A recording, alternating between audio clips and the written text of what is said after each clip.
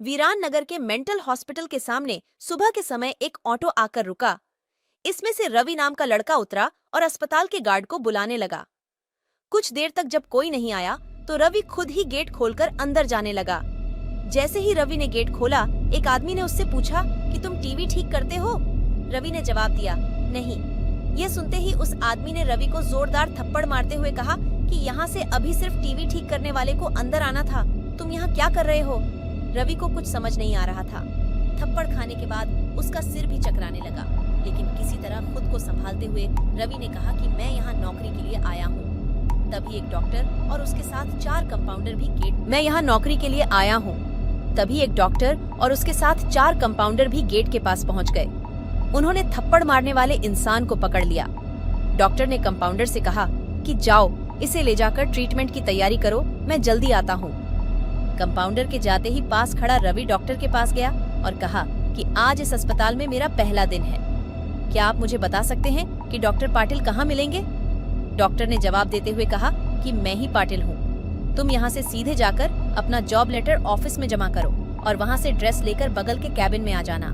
रवि थोड़ी ही देर में कंपाउंडर की वर्दी पहनकर डॉक्टर के कैबिन में पहुँच गया। डॉक्टर ने उसे बताया कि जो तुम्हें अभी गेट में मिला था वो पागल है। पिछले 8 दिनों से वो सभी को टीवी बनाने वाला समझ रहा है। फिर जब उसे पता चलता है कि वो टीवी बनाने वाले नहीं हैं, तो गुस्से में थप्पड़ मार देता है। उसके बाद डॉक्टर ने अपने अस्पताल के रमाकांत कंपाउंडर को बुलाया और रवि का परिचय सबसे कराने के लिए कहा।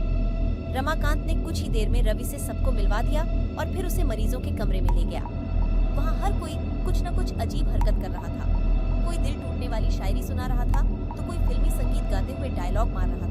सभी मरीजों को दिखाते हुए रमाकांत ने रवि से कहा कि आज के बाद से तुम्हें इन सारी चीजों को झेलना होगा।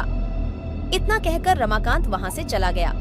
तभी रवि को पता चला कि उसकी नाइट ड्यूटी लगी है। दिन के समय आराम करने के बाद रवि रात को मरीजों की देखरेख में जुट गया। जैसे ही रात के 12 बजे तो सभी का चेहरा डर से पीला पड़ने लगा। हल्ला करने वाले मरीज भी चुपचाप से एक कोने में बैठ गए। ये सब देखकर रवि को बड़ा अजीब लगा। उस दिन नाइट ड्यूटी में मौजूद डॉक्टर से रवि ने पूछा कि आखिर ये सब क्या हो रहा है, सब लोग इतना डर क्यों रहे हैं? डॉक्टर ने जवाब दिया, इस अस्पताल में रात 12 बजे के बाद भूत घूमते हैं। वो सारे भूत इसी अस्पताल के पुराने मरीज हैं, जिनकी इलाज के दौरान मौत हो गई थी। तुम संभल कर रहना। रवि को भूतों पर विश्वास बिल्कुल भी नहीं होता था। उसने डॉक्टर की बात को हंसी में टाल दिया और अपना काम करने लगा। उसी रात रवि अकेले बाथरूम जा रहा था। तभी उसे लगा कि कोई उसके पीछे है। मुड़कर देखने पर कोई नहीं दिखा। कुछ देर बाद उसे फिर ऐसा ही महसूस हुआ। रवि ने सोचा कि भूत की बात उसके दिमाग में घूम रही होगी, इसलिए उसे वहम हो रहा है। बाथरूम करके जब रवि बाहर आ रहा था तो उसे शीशे में लिखा हुआ दिखा कि आज तुम पागल हो जाओगे। रवि को लगा कोई उसके साथ मजाक कर रहा है, इसलिए उसने इस बात पर गौर नहीं किया और अपने काम पर लग गया। कुछ देर बाद रवि को एक तेज चीख सुनाई दी। वो दौड़ते हुए आवाज की ओर गया। जैसे ही रवि वहां पहुंचा तो एक पागल ने दरवाजा अंदर से बंद कर दिया। किसी तरह से रवि से उस दरवाजे को खुलवाया।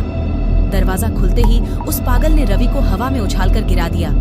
रवि इतनी जोर से गिरा कि उसकी पीठ में गहरी चोट लग गई। तभी एक जोर की हंसी रवि को सुनाई दी। वही पागल हंसते हुए बोला कि मैंने कहा था ना कि आज तू पागल हो जाएगा। रवि ने गुस्से में झल्लाते हुए कहा, पागल आदमी, तूने ये क्या किया? रुक, तुझे अभी बिजली का झटका देता हूँ। पागल ने जवाब दिया, अस्पताल में मिलने वाले बिजली के झटके से ही तो मेरी मौत हुई थी। अब तू क्या मुझे कोई शौक देगा? अब मुझे इनका डर नहीं। इतना कहते ही उस पागल भूत ने रवि को एक हाथ से पकड़ा और दूसरा हाथ स्विच बोर्ड में डाल दिया। इस तरह से रवि को बिजली का इतना तेज झटका दिया कि उसकी चीखों से पूरा अस्पताल गूंज उठा। रवि की आवाज सुनकर अस्पताल में मौजूद नाइट स्टाफ दौड़ते हुए उस कमरे की तरफ आए। सबको वहाँ रवि बेहोश हालत में मिला। तुरंत रवि को मरीजों के बेड पर लेटाया। उसी दिन से रवि की दिमागी हालत खराब है। अब रवि अपने आप को उस अस्पताल का डॉक्टर समझता है। अपनी पागल स्थिति और डॉक्टर बनने के वहम के चलते रवि ने ब्लेड से अब तक कई लोगों का पेट काट दिए हैं। हर रात उस भूतिया अस्पताल से रवि की तरह ही चीखने की आवाज आती है और किसी न किसी को वो भूत रवि की तरह ही पटक देता है। ये चीखने की आवाज हमेशा उसी समय आती है जब रवि को बिजली के झटके दिए जाते हैं। कहानी से सीख, सामने वाले की चेतावनी को हल्के में लेना खतरनाक हो सकता है। हमेशा सतर्क रहना चाहिए। थोड़ी सी भी सावधानी हटने पर भयानक दुर्घटना घट सकती है।